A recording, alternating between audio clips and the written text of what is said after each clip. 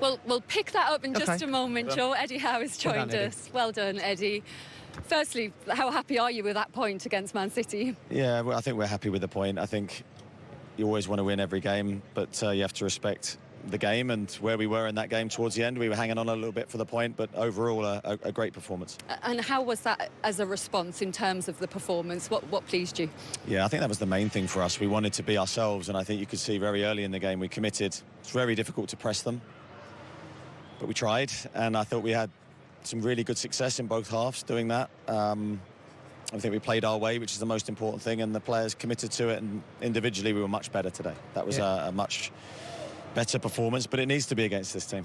Yeah, you really brave on the press, and we noticed in comms, like even Gundogan early on when he was going at left back position, Tonali was he was going, you know, it left a little bit of gaps, and you know that's the sort of the trade-off you make, but it allowed you to get up, and the front three, Gordon, Murphy and Barnes, were right on it. So the first 35 minutes I thought was as good as I've seen anyone against Manchester City in a long time. I think, yeah, you're 100% right. There's a trade-off. If you're going to play that way, there's always going to be spaces sort of behind that press, but I think here it's the only way to play. Yeah.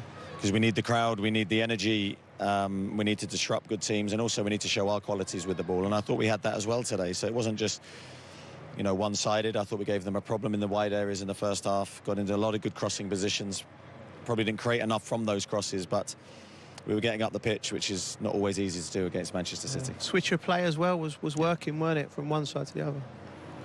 Yeah, other than the goal and his penalty, how impressed was you with Anthony Gordon? Yeah, I thought Gordy did really well today, because it's a different position for him. He's got to play it in his way, and I think you can see there were some challenges for him, but there was also some brilliant moments. So his pressing, for example, gave us an ability to get to Ederson, an ability to try and destabilise their control. That's all down to his athletic ability, but also his attitude.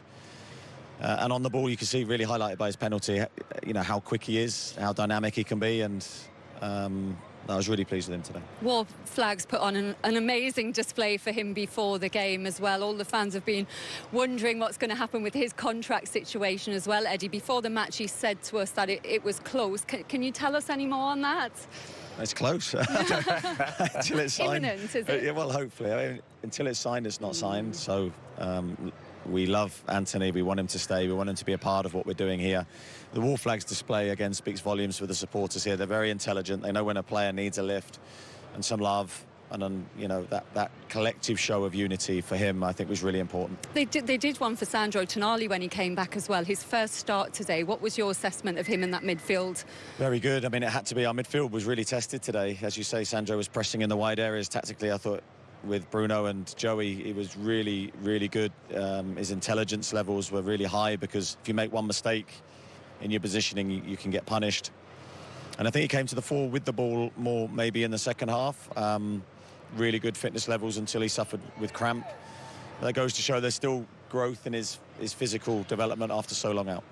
Pep Guardiola has been really complimentary about you and how tough it is to play against Newcastle since you've been at the club. You had quite a long chat with him at the end of the game. Can I ask you what was said? I think from my perspective, Pep's someone I really admire. I admire how he plays the game, how he sees the game. For me, he's an innovator. He'll consistently take the game into new ways, and as a coach, you've got to watch and understand his team and try and find solutions to those. It's not easy, but I think he's really good for the English game, the British game. Having him here makes the league better. Our challenge is to get closer and closer, or try and get closer and closer to teams like Manchester City, and they're the benchmark, really. And a big one this week now, because you know how much the fans here crave a trophy with Wimbledon heading up here now. Yeah, I think that it's the psychology of football really this week, because you go from Manchester City to Wimbledon, and we have to make sure that the team turned up today with the mindset and the ability to attack the game needs to be there on Tuesday. It's a massive game for us. Joe said if we get through, because it's Chelsea, it would be the end of the road. Dropped you in it there. Wow, stitched me up. Stitched you. Eddie, thank you. Thank you. Grass. Thank you very much for coming out to talk to us. Thank you.